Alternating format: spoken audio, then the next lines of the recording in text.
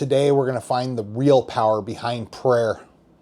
I have 3 verses for you today to look at where the power comes from and how we have things placed on our heart to pray about. I'm Skip. This is Refined by God. Let's get going.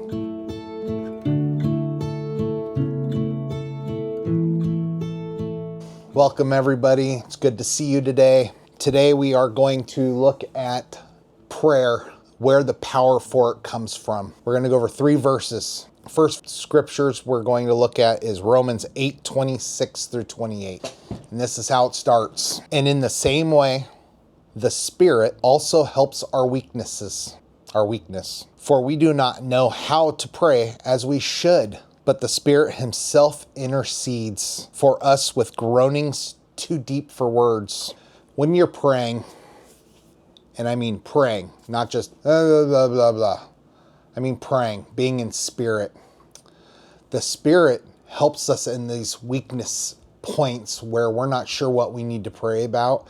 And you know how you're praying and all of a sudden something just pops up in your mind, like your sister or your brother or a child, just all of a sudden just pops up, or a friend that you haven't really thought about. That's what this is talking about. The Spirit himself intercedes for us with groanings too deep for words. It's our spirit. He's talking to our spirit, and he's letting us know this person needs prayer. Let's continue on to verse 27. And he who searches the hearts knows what the mind of the Spirit is, because he intercedes for the saints according to the will of God. So he intercedes for us by the will of God. I just want to look at this a little bit. We're actually going to come back here at the end and cover the last verse after I cover these other 2 verses. Next place we're going to go to 2 Samuel 23:2.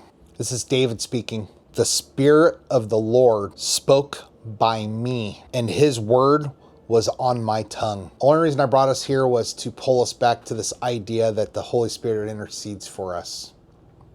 The Spirit is going to put into our heart what we need to pray for, what we need to speak. And this is a situation where David recognizes, while he looks back at his life, that this is exactly what happened to him. The Spirit of the Lord spoke by me. Interesting wording. And his word was on my tongue. The word of the Holy Spirit was on his tongue. It was the Holy Spirit speaking through him.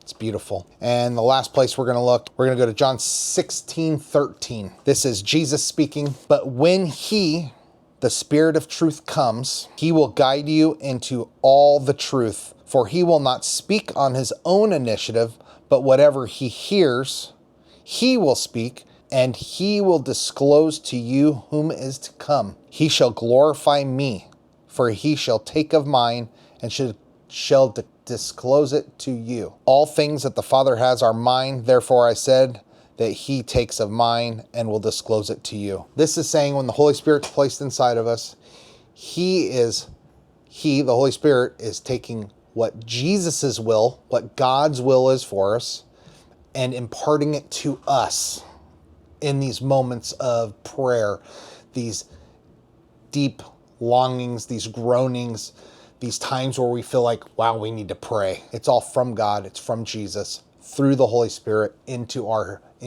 spirit, so we can voice it out. And this is the reason it's so important when you feel these tugs, moments, that we have to speak them.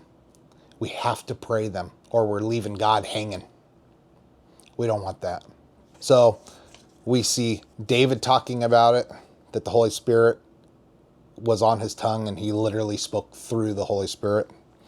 And now let's go back to Romans 8 real quick. Romans 8:26 through 28. I'm just going to read it as a whole now. And in the same way, the Spirit also helps our weakness, for we do not know how to pray as we should, but the Spirit himself intercedes for us with groanings too deep for words.